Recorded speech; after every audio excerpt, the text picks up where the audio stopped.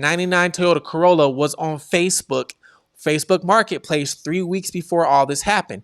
The person who called in these tips, they have to be there. They were there. Two of them leave and they go back towards down here. Okay? 4 hours later, they come back. They left to go dig the grave. Now, Lopez is in the other room telling the investigator, she never gave me no phone. I don't know what you're talking about. Yes, I was there when they called her, and Madeline seemed upset, but I never took the phone.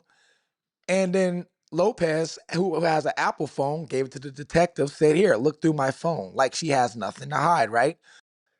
Why would Keon ask about Kada on September 28th?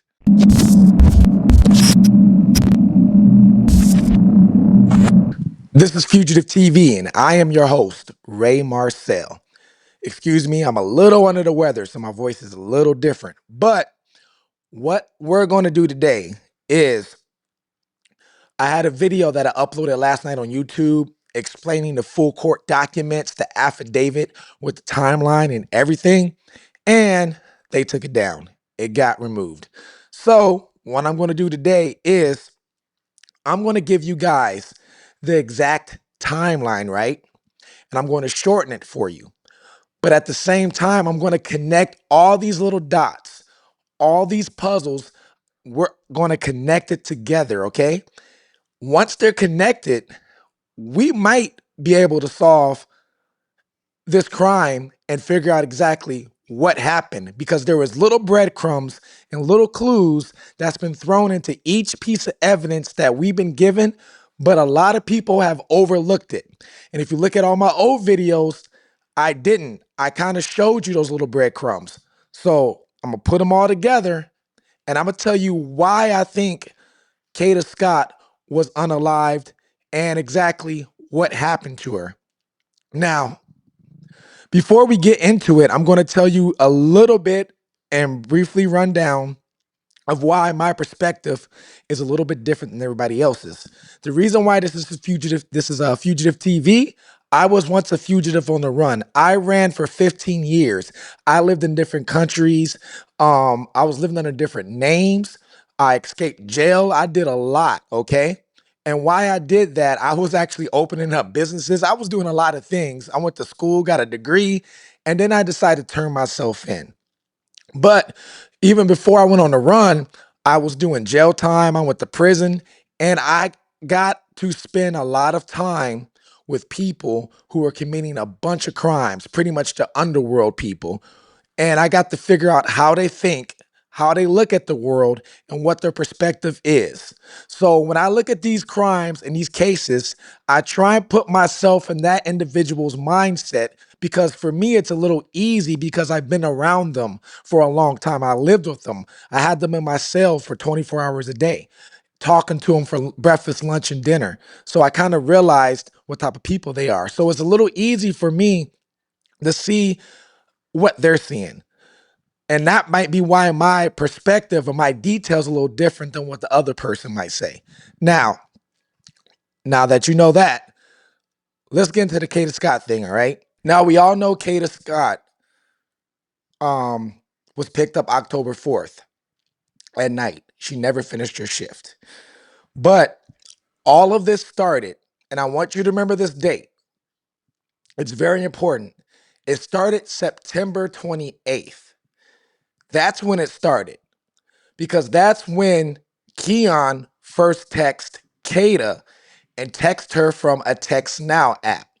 I have the number. I'm not going to release it, but he texted her from a Text Now app, okay? And when he texted her, he said, yo, Kada. She replied back with, who's this? And he said, Kel. Kel's one of his aliases. He goes by Kel, Elliot, or we all know him as Keon. Now, after that, this is where a lot of people mess up on. This all started on September 28th. Keep this date in mind, because it's going to be very important with another person that popped up on TikTok, okay? So September 28th is when Keon and Kada start communicating. Now, when he started communicating with Kada, he had a Text Now number. A Text Now, I explained in some other video, was an app.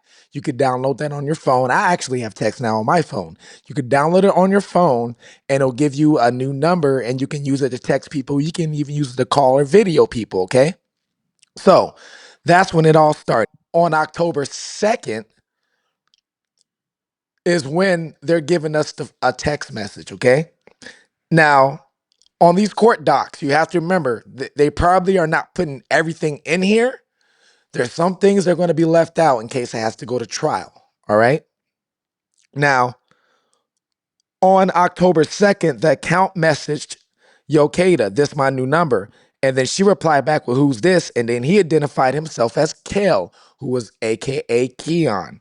Now, on October 4th at 10:07 a.m., Kada text, "Kidnap me again," to which the suspect replied, "Better be up too."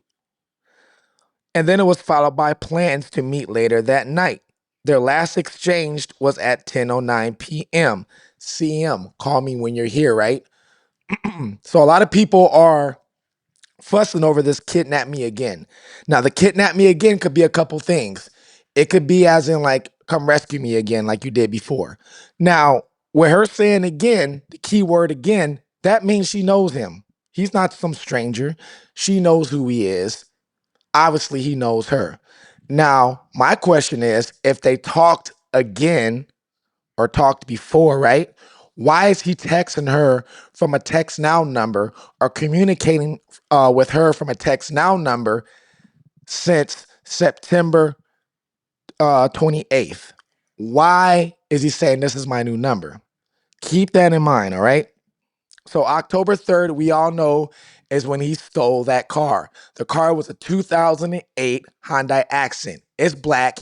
A pizza driver, thank you for the comment at my other video. A person knew exactly what happened. A pizza driver actually left it running while he was delivering a pizza to somebody. He jumped in the car and took off with it. Now, those cars are a hatchback. They come in a hatchback version. So from the back of it, it could look like a small SUV. That's why we got those reports of, the coworker saying she jumped in a dark or black SUV. It can't look like that because those models of it, at the back of it, it looks like it could be a Nissan Rogue, just a small version. And if you're not paying attention, that's probably where the mix-up happened, right? Now, Kada was using T-Mobile. T-Mobile records for Kada's phone revealed 12 calls between 9:25 p.m. and 10:12 p.m. on October 4th. And then it ended with a 43-second call from that number that Keon was using, the Text Now number. And then they located that call by using, the tower, and they know exactly where he was at. Now, at 10:24, that's when her phone seized all network contacts. So at 10:24 was when her phone just pretty much went offline and went black, right? And this is when there was the whole missing, they start, reporting missing case. Now, at first, her family thought she worked her whole shift. That's what I think the work told her. The work told the family at first she worked her whole shift. But then to come to find out, they found out later on that no, she didn't work her whole shift. She clocked in and then left real quick. Now, remember, there's no cameras in front of this facility, which boggles me. You would think there'd be cameras. It's an old folks home. What if one of these old folks accidentally wanders out in the front? They don't even know where they went because there's no cameras. Now, October 5th is when the officers responded to, which is an address for a missing person, identified as Kada, right? Now, she failed to return home from work. They reported last seen around 10 p.m. on the night before outside her workplace, which was the terrace Chestnut Hill. She appeared upset and was overheard saying, "I can't believe you're calling me about this." Keep that in mind. I can't believe you're calling me about this. So remember September 28th, okay? Remember, I can't believe you're calling me about this as well. All these little nuggets are going to add up, and you might be mind blown after a while. Now, after a search, They did a search, on the phone records that Kada was, who she was last talking to. And that's when they found out it was a Text Now app. At first, they didn't know it was Keon. Now, the Text Now app belonged to another lady, Madeline. So Madeline is actually the owner of this Text Now number. And they pinged that number to an address that I posted in my other video before off Belmore. The news said that this was, they didn't give the exact, but they showed the door. And on the door, it had the numbers. So what I did was I put that number in Google, and there it goes. A news report came up. They didn't give us the exact address, but they showed the door. So but two women were there when they went to the house and raided this house. There was ammunition in this house, contractor bags, and a couple of hammers. At 10:24 p.m., Kada Scott's phone goes offline. 4 minutes later, the Hyundai Accent parks at the Arboretum, and the vehicle remains there. Using cell phone technology, investigators track King to this house on the 5500 block of Belmar Terrace. A search of the house turned up contractor bags, a hammer, and ammunition, among other items, according to the complaint. Two women who lived there were detained and interviewed but released. King was not at the house. The criminal complaint says King's cell phone was tracked taking multiple trips between the Belmar Terrace home and the area where Scott's body was found. All right, let's stop right here. So they didn't give us the exact, said 5500 block of Belmont Terrace. That's all they pretty much said. So I went here and looked to see what this act is, because if you go back and look at this, looks like they say 5508, right? So I went and looked. One of my sources sent me an email telling me who exactly lived at that. Now, me and the sources knew. We already knew before you guys did and before everybody else said anything. I just didn't want to say anything at first because I didn't want to throw their name out there. And, what if it was just the owner of the home and they were renting the home out, right? So I don't want to do that. I want to be careful who I say. Come to find out, we were right. So this number belongs to her, right? Now, cell phone records put not only the Text Now number, but also put Kada's number together within the same area of that home. So then the police conducted a search on that home. Now, doing a search on that home, I told you guys before, they found contractor bags. They found it was hammers. They found ammunition. And there was another lady that was located in the home too. I'm not giving you her full name, but her name was Lopez. Both these people were in the home. Madeline and Lopez are together in an intimate relationship. We know that because police took them both into custody and interrogated them. I don't know if you ever been interrogated, but if you ever get interrogated, especially with somebody else, they don't interrogate you together. They put you in 2 separate rooms, 3 separate rooms, depends on how many there are of you. So they're pretty sure they're in 2 separate rooms, both getting interrogated. And then what happens is the investigators come meet together. She says this, she says that. Now let's see if one of them's lying. So some sort of way during their interrogation comes out that Kada's family called Madeline a couple days later asking if they know where Kada's at. Madeline says she's never heard of her. I don't know who you're talking about. And then supposedly gives her phone to Lopez.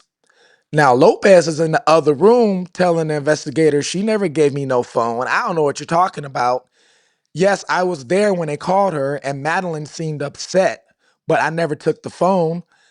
And then Lopez, who has an Apple phone, gave it to the detective, said, here, look through my phone. Like she has nothing to hide, right? So at this point, it looks like Lopez is cool. That's what it looks like. Now remember, Madeline owns the Text Now app that Keon's been texting Kada since September 2028. Now, before we get into the rec center and them finding Gabby, not Gabby, before they find Kada, let's talk about Gabby. Gabby is the so-called friend of Keon that we all know of. I reported on her too. She went on TikTok and was defending herself because her best friend went on live and was spilling the beans, was saying that Gabby should have called the police because Gabby's friends with Keon, and Keon contacted Gabby, and Gabby knows some things. Gabby went on TikTok defending herself, saying that she's not a cop caller. She felt the evidence or whatever Keon told her was not going to be any good because at this time, Keon already turned himself in. He turned himself in on October 14th. So all this was after Keon turned himself in. Keep that in mind, okay? Now, Gabby made a mistake. She said that Keon called her and they talked for 29 seconds. She said that Keon contacted her and was like, hey, you know the girl Kada? And then Gabby was like, yeah, that girl lives right behind me. Giving up Gabby's address. Giving up Kada's address. Now, Gabby says she's not a cop caller, but Gabby would give up your address real quick, it sounds like, right? When Gabby told us that, Gabby took a screenshot of the phone call. On the screenshot, that screenshot says outgoing, not incoming, outgoing, meaning she called Keon. Why is she calling Keon? Think about this. And talking for 29 seconds. And not only that, do you know what the date of that call was that she called Keon?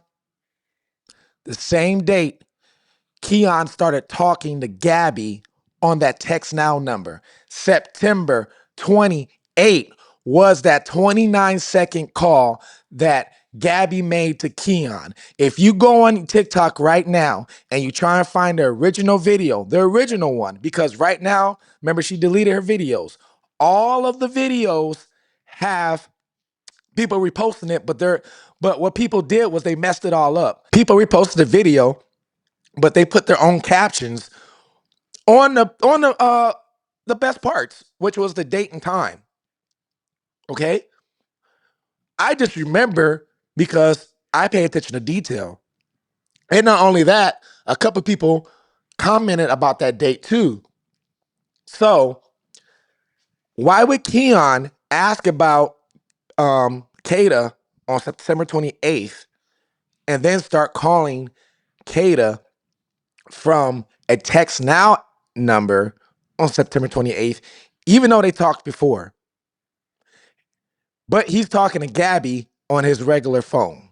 So now that we brought Gabby into the picture, keep her in mind, all right? Let's go back to Keon. Now, Keon has that 1999 Toyota Camry. We all know that beat up looking car. So they were looking for that car. In one of my old videos, when they were showing that they found the car, thanks to a tip, remember a tip came in, found the car, they were towing the car away. In my old video, it showed a gate. I said, if you go through that gate is going to timestamp you, okay? Sure enough, they looked at that video footage and they timestamped. They know he dropped that car off by the timestamp. Now, there was rumors going around that that Toyota Camry was on Facebook Marketplace about 3 weeks before. 3 weeks before, it was on Facebook Marketplace, okay? Except it was posted by a guy named, I believe it was Albert Keith. Supposedly, the car was spotted on Facebook Marketplace. Here it goes. Your description: runs, drives, no issues, fully tinted. And then it was posted by Albert Keith. I searched this guy, but he's not coming up. So maybe he blocked his profile, deleted it probably, most likely, because everybody with their mom was probably hitting this guy up. All right, so it was posted by that 99 Toyota Corolla was posted on Facebook Marketplace by a person named Albert Keith. Now, when they did a record search on the Text Now app, okay, a frequent analysis identified, and it shows the number of the Text Now with another number as a top contact. So, which meaning is Text Now will record. It's like Snapchat in a way. Snapchat does the same thing. If you frequently talk to somebody, it'll show up as your top contact. Text Now does that. So the top contact later belonged to a person named Albert. Albert. So he was talking to a person on text now, the most named Albert. And there was also an Albert who posted on Facebook Marketplace that car for sale. Is it a coincidence? Is it the same Albert? Why was the car posted for sale but then take it off? And why is he posting supposedly Keon's car for sale? What's going on here? Now, when they searched the text now number, they realized that it was going back and forth between the Belmar Terrace Place and the recreation center. They realized it was going back and forth, okay? This is before they found, her body. Now she's still missing, but it's going back and forth several times. This is also after they interrogated Madeline and Lopez. And you got to remember,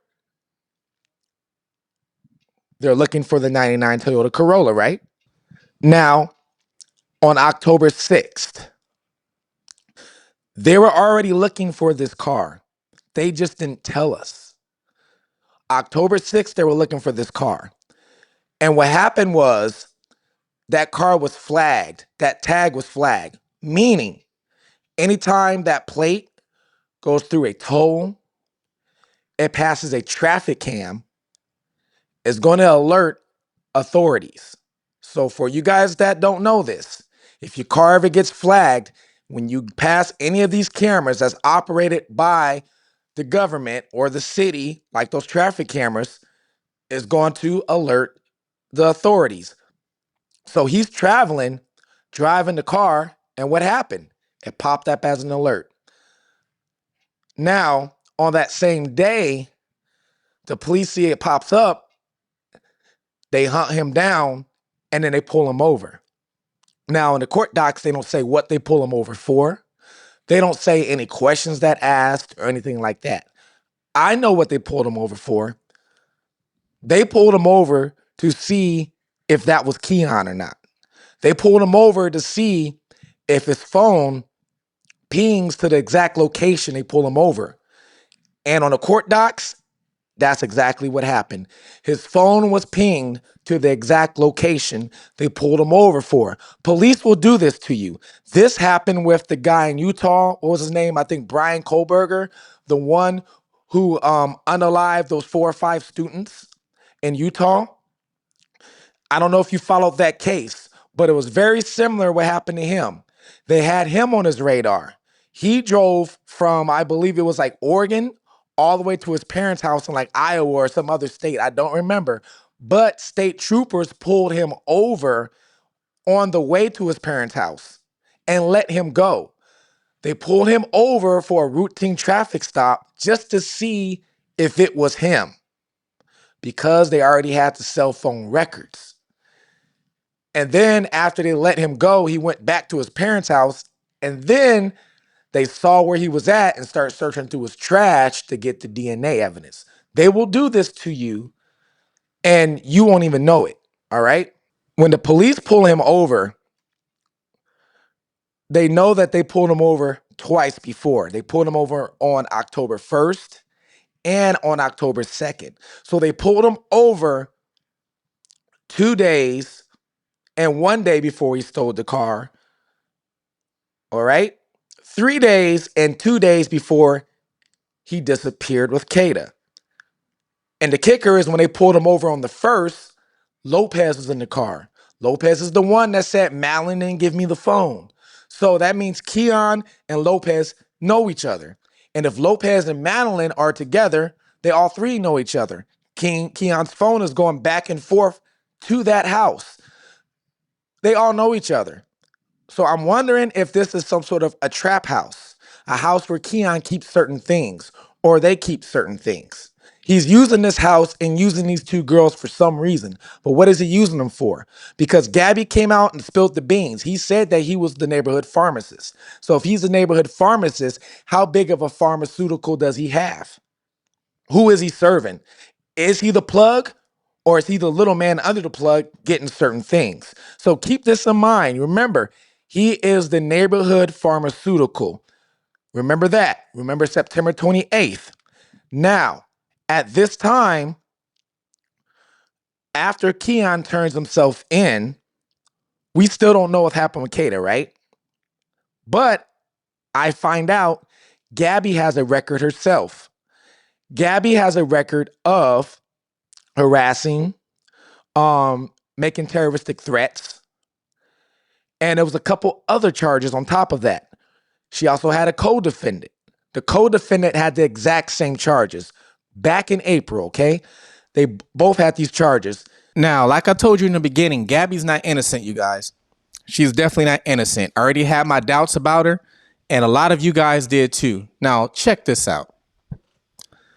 Gabby's, I believe, out on bond as we speak right now, okay? This right here, the initial date was back this last summer, July 30th, 2025. That's when it was filed, okay?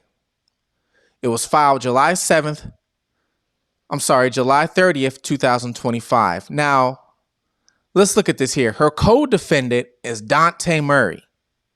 Do you guys know who Dante Murray is? That's from in that area. That's her co-defendant. Now, let's get down to the charges. Now, check these charges out. She has possession of instrument of crime with intent. Possession of instrument of crime with intent. Then she has terroristic threats with intent to terrorize another. She has another court date in November. So if she has another court date, that means she's got to be out on bond right now. Some people are saying, how can she be out on bond and leave the county, leave the state? Depending on who your lawyer is, if you're out on bond, you can leave the county. You can even leave the state for work reasons, school reasons, and even religion reasons, depending on how good your attorney wants to fight. There was a text message from Gabby's mom that was posted, and she did say she had to talk with, I believe it was somebody from the 25th or 24th region. I don't remember. If you guys know, let me know. But she said, I had to talk with a detective from this region to help you out. Meaning, the mom had a connection with some detective to help her out. So that could be why she was allowed to go out on bond and maybe go to school. But I just know you can. It just depends on how good your lawyer wants to fight that. All right. And it also depends on your bond restrictions. It all depends. Everybody's different. So Gabby has these charges. Now, here's a key point right here. When they first arrest Keon, all the media was like, he's arrested for kidnapping. He was arrested for another charge. The exact charge, I don't remember the term for it, but basically it's when you use a device to make threats or use illegal activity. So like using the phone or the Text Now app, right? But the one thing that they never said completely was he was arrested not just for kidnapping, but for kidnapping for ransom. When it comes to the suspect, Keon Scott, 21 years old, as you mentioned, held on $2.5 million bail. He has quite the history when it comes to his rep sheet. We're learning he has a protection from abuse order against him for another woman in a separate case, which is still active until 2027. And we're going to pop up a video that's actually part of that investigation there. Kidnapping for ransom is totally different than just kidnapping. Kidnapping for ransom, 99% of the time, they have to have some proof that this person kidnapped the victim for a ransom. So did he leave a note? Did he contact the family or some friends saying, hey, I have her and this is what I want? All right, so here is his charges. The first one is kidnapping for ransom. I'm not the brightest color in the crayon box, and I'm not the strongest Avenger, but kidnapping for ransom, usually when they charge you with a crime, they have some evidence that you did that crime. Kidnapping for ransom is different than just kidnapping. So this means he took her and was trying to get a ransom for her, meaning he left a note, he called her parents or somebody in her family or somebody and said, I want this much or I will not return her. I'm seeing this charge and I'm thinking they're not telling us the whole story. For ransom. Those are two separate statutes. You don't just get kidnapping and kidnapping for ransom unless there was some ransom that was involved. All right. Now, we all know Keon had priors to where he kidnapped a girl before. We saw the video. He jumps over the fence. Kids are there. She's like, I'm going to call the police. You know, they know each other because, you know, she even calls his name in the video at one point. He kidnaps her, supposedly assaults her. She never shows up to court, right? She claims she didn't get the court date. And I mean, looking at Kada, I don't blame her. Who knows what this man's capable of because of what happened to Kada, right? So she didn't show up to court. I don't blame her. Another witness came out and said she also was kidnapped, okay? I got an email from somebody saying that they know another person that this person owed Keon some money. So Keon held them hostage until he got some money. I'm not going to let y'all know who that was, but allegedly, this is a friend of a friend who told me this. If he's the neighborhood pharmaceutical, depending on how big he is, that could be true. We don't know. Now, Keon, we know, comes from a good background. His dad supposedly was some sort of detective or cop. Everybody and their mama's searching for this, but they can't find anything on him. If he was a detective, I mean, that could be true because it could be behind that information could be sealed. Okay. The mom works for a nonprofit organization. I'm not going to give their names up, but Keon was first kicked out of school at a Catholic school, private school for flashing a knife at a teacher. And this school was a very, I guess, a prestigious school that he was going to, where the tuition was $10K a year just to get to that school. So Keon came from a good family. Now, how did he get to the point of where he's a neighborhood pharmaceutical and just a menace on the streets? So we have Gabby, right? With her background. Her background is almost similar to Keon's when he first got arrested. Same almost charges, except Keon has kidnapping for ransom. We have Keon contacting Gabby on September 28th asking about Kada. But come to find out, that's a lie. Gabby contacted Keon. It wasn't the other way around. It wasn't Keon hitting Gabby. It was Gabby contacted Keon on September 28th. And we don't know what they talked about for 29 seconds because we can't believe Gabby no more. And we also know that Keon started using that text now number to contact Kada on September 28th. So on September 28th, you have three forms of contact between Gabby, Kada, and Keon. And why is he texting her from a text now number? On top of that, and the text now number belongs to his other woman. Now, after Keon turns himself in, this is when things get interesting. All right? There's a tip that there was a car burnt in the alley. So the cops go to where this car was burnt at, come to find out the car is no longer there. The car was towed by this tow company and the car got smashed. They smashed the car up and pretty much evidence gone. Now, some people don't know this. I think Keon had to know somebody at the tow yard or somebody had to know somebody at the tow company because when a tow wrecker comes to tow a car, they usually have to input the VIN number or the plate or both.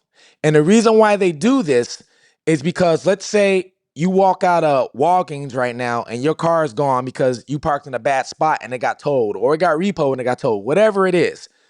When you call the police and you say, oh, my car's stolen, they're going to look in their system and be like, oh, your car got towed. It got towed by such and such. There's a system they have to put all this in. They're supposed to anyway. Just for that reason, so you're not making reports that your car's stolen when it really wasn't. It was just towed. Far as to our knowledge, this car was not put in that system. They just took that car and crushed it. If it was put into that system, they would have saw that the car was stolen from the pizza guy. And the pizza guy would have got a call saying, hey, your car got hit over here. There's a hit over here for your car. There's a case right now in California. We all know about the David case where the little girl got found in the Tesla trunk. There's another case a day later that they're not talking about. Seems like I brought it up, but nobody else did, where another woman got found in the back of a Honda Civic. The reason why, and a tow yard. And the reason why she got found is because the tow yard put that tag in the system and it alerted the authorities, in return alerted the family, and they all went to the tow yard together. So you mean to tell me they towed this car, but they didn't put it in the system? They just smashed it. I told you, I was on the run for 15 years. What I did was I started a car ring, okay? We were taking cars from the dealership, a bunch of dealerships actually, and they were involved. And we were taking these cars 2 hours away to a tow yard and getting paid. I don't know what they did with those cars afterwards, but we took them to a tow yard and got paid. Just think about that. So, evidence gone from that car, right? Now, after that, this is when they got anonymous tip and they went to the school. Tipster told them, go to the school. There's evidence over there at the school. So they go to the school and they find Kada's EBT card. Her name was on there, and they found some other belongings to Kada, and then they left. The tipster called back and said, no, no, no, no, no. You're missing something. Go back to the school and go exactly here. Cops went there, found a fresh grave. There was Kada. DNA evidence came back that it was her. All right, so now we're going to move into the important, all of this is important, but an important phase that when you just read the docs, it reads confusing. But when you have this map up and you read it, it makes more sense. So what we're looking at right here is the Ada Lewis Middle School. This building right here with the big black that's on it, okay? That's Ada Lewis Middle School. Let's zoom in on it so that way you guys know. This is the abandoned building, as you see back here. Rocks. You got some trees and forest. And that's pretty much where Kada was found, all right? And then you keep hearing about the recreation center. The recreation center is right here, the Albury Recreation Center. Now, when he picked up Kada, right? He picked her up and drove off with her. And he drove straight to here. He picked her up in that stolen Hyundai Accent. And what he did was when he parked that car, he parked it, if you see the arrow, he backed up, parked it here. See how these trees are kind of covering up the spot? If you look here, you see these other cars. So he parked it underneath these trees in a hidden location, okay? So on December 4th, 10:28 p.m., pretty much really 20 minutes later, this is when a video recording from the recreation center saw that black Accent park backed into this spot right here, close to the school. Now, this vehicle was parked there for about 2.5 days total. 2.5 days total. And as in, not they parked the vehicle and she was in there for 2 days, but the vehicle was parked there for 2 days total. That's what the document says. I want to clear that up for you guys. Some people were confused on that. Now, after that vehicle parks there and backs in under those trees, an individual is observed exiting the driver's seat of the vehicle before walking away through the playground towards the fence line between the properties. So they exited the car, right? Went this way and then walked down. Here's the playground. Walked down. And I'm pretty sure what they were doing was the one person was walking down to find the spot to put her at. Now, Here's the kicker. Supposedly October 5th, pretty much a whole day later, a little over 24 hours later, another vehicle is observed pulling into the parking lot and backing into a spot in the row closest to the street. So the next vehicle comes in and pulls in, and how the first car is parked here, that black Hyundai Accent, the second vehicle parks here, backs in, and is close to the street, right? Now that vehicle ends up being that 99 Toyota Camry. Two people get out that car. One person is on video riding around in a scooter or an e-bike, and I'm pretty sure they're doing that to look out. It was a lookout. Two of them leave and they go back towards down here. Okay? 4 hours later, they come back. They left to go dig the grave. When they come back, one individual waves to the 99 Camry, gives them a signal. The 99 Camry turns on the lights and then leaves. That's how you know there's three people. Two people are still here. The third person takes off in that Camry. The two people go to that black Accent that's underneath the trees, open the passenger door, take out a black bag that looks like a body, and that was the last time you see Kada on camera, because that's when they brought her to the back and they put her in the spot they were going to put her in the back right here. Those two people come back. Then they get into the car again. And they were only in there for a short amount of time.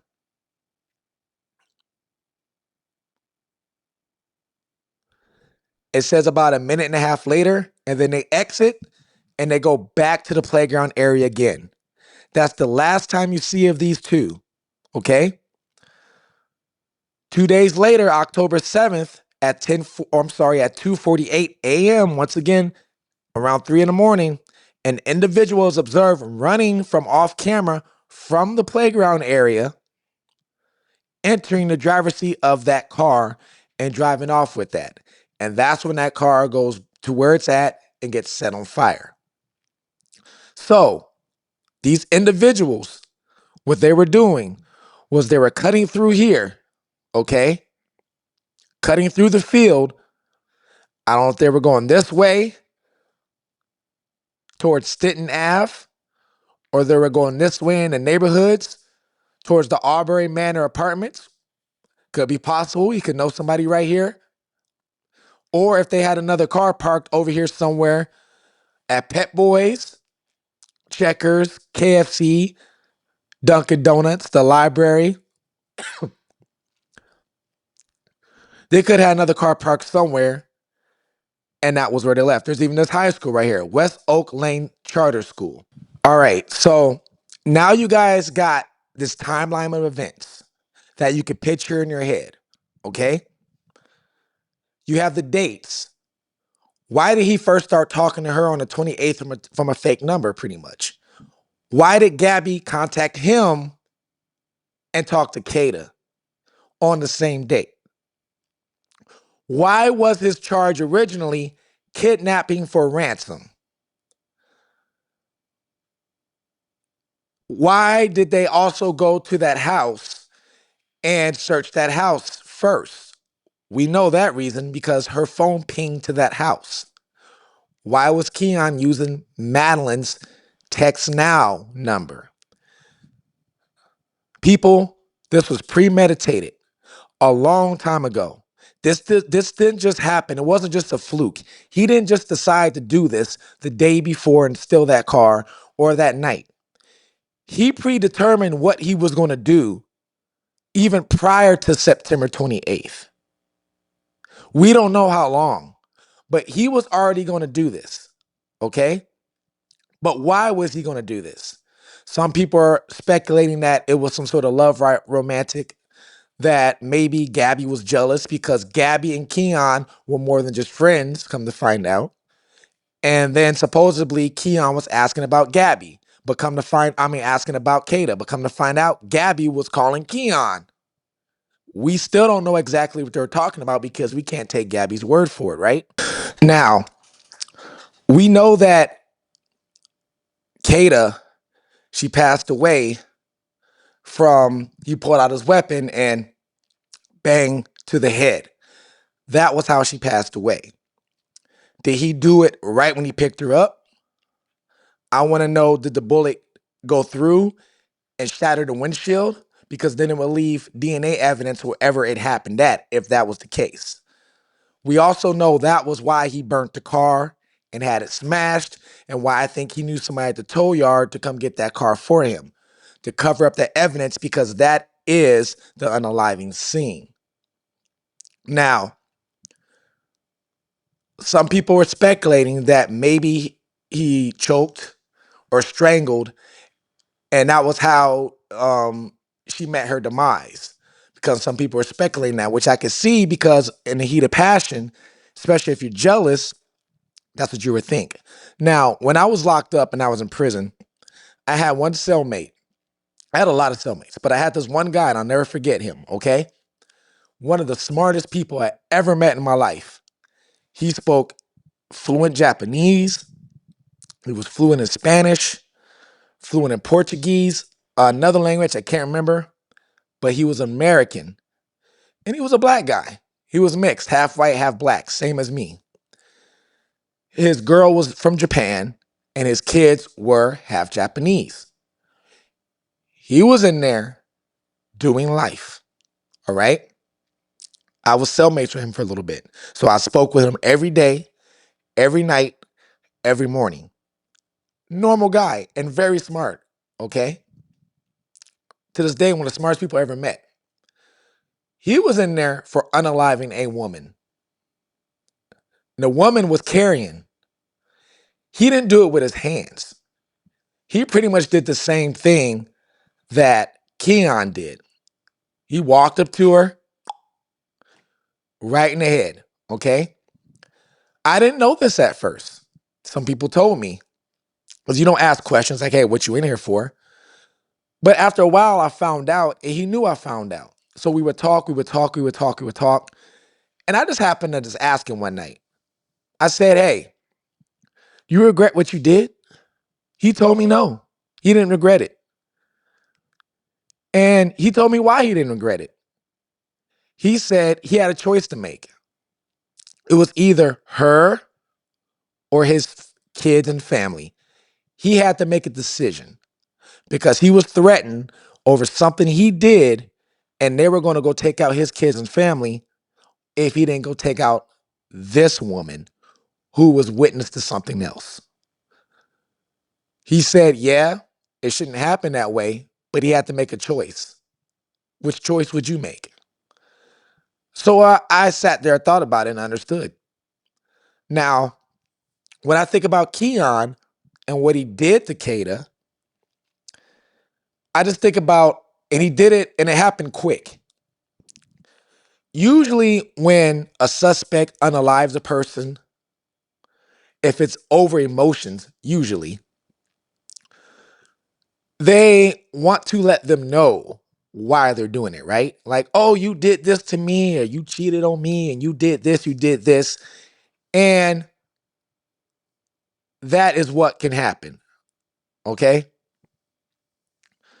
Now, there were some reports that she put up a fight, but I didn't see any evidence of that. If you guys have evidence, let me know. If she did put up a fight, that means he just had it to her and bang. Now, I'm coming to think that it might have not have been a love triangle. This could have been a case of, hey, you owe me something. And that's where we got that kidnapping for ransom, that original charge.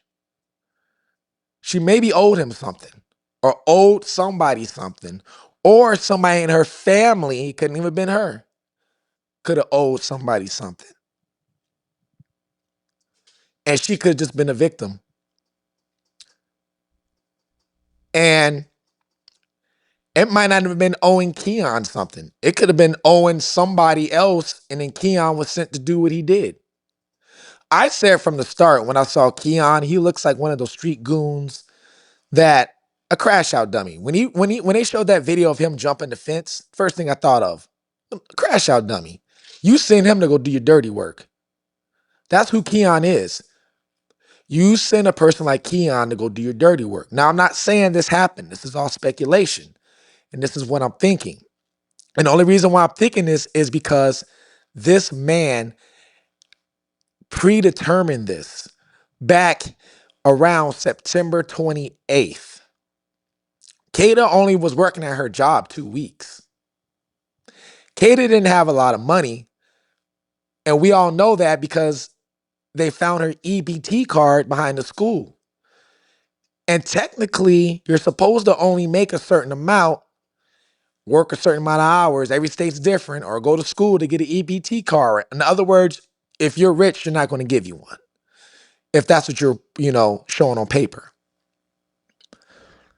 So we know that she didn't have a lot to give, right? That's why she was working to help support herself. Her family, I don't think, had a lot to give either. That's why they're talking about donations and things like that. So we know her family didn't come from a lot of money. She looked like she was the one that was going to make it out and succeed and be that star winner for the family. That's what it looked like she was on her way to do. But just got mixed up with this knucklehead and Keon. Now, I think Gabby knows a little more than what she knows. I think they talked more on the phone about what happened. Do I think Gabby was there with them? I don't think she was. If she was, she's the one driving the car. But I don't know. When it comes to taking the person out of the car and taking them to that back area, you saw that. That's kind of far. I think that was another man that was with him, taking him along. You have the other two girls. One owns that text now number. Do they know what's up? I think they know a little bit what's up. You have one person that's supposed to be leaving all this anonymous tips. And these tips led to the car being burnt up. The tips led to Kada's EBT card being discovered. The tip led to her even being discovered. Obviously, the person leaving the tips, they know what's up. And not only do they know what's up, that person leaving the tip was there. They're one of that three people. They have to be one of those three people that knows exactly where they put her at. You can't tell me otherwise. We just don't know exactly who those other two people are. Why are these other two people involved in the first place? Think about this for a second. Why do you think these two other people are involved in the first place? If, I don't care what kind of criminal you are, if another criminal came to you and was like, hey, unalive this woman because she was going out on this date, I need help putting her in the back or whatever it is, most of them are going to be like, yeah, bro, no. But if they were all in it from the start, now they're going to probably help. But why would they all be in on it from the start? Well, somebody owed something back to that ransom charge that they seem to not talk about. I just want you guys to think about that. And for you people out there that are walking the streets at night, make sure you're not on your phone texting people. You're aware of your surroundings. Be safe. I don't want you to be the next victim. This is Fugitive TV. Till next time, I'm out.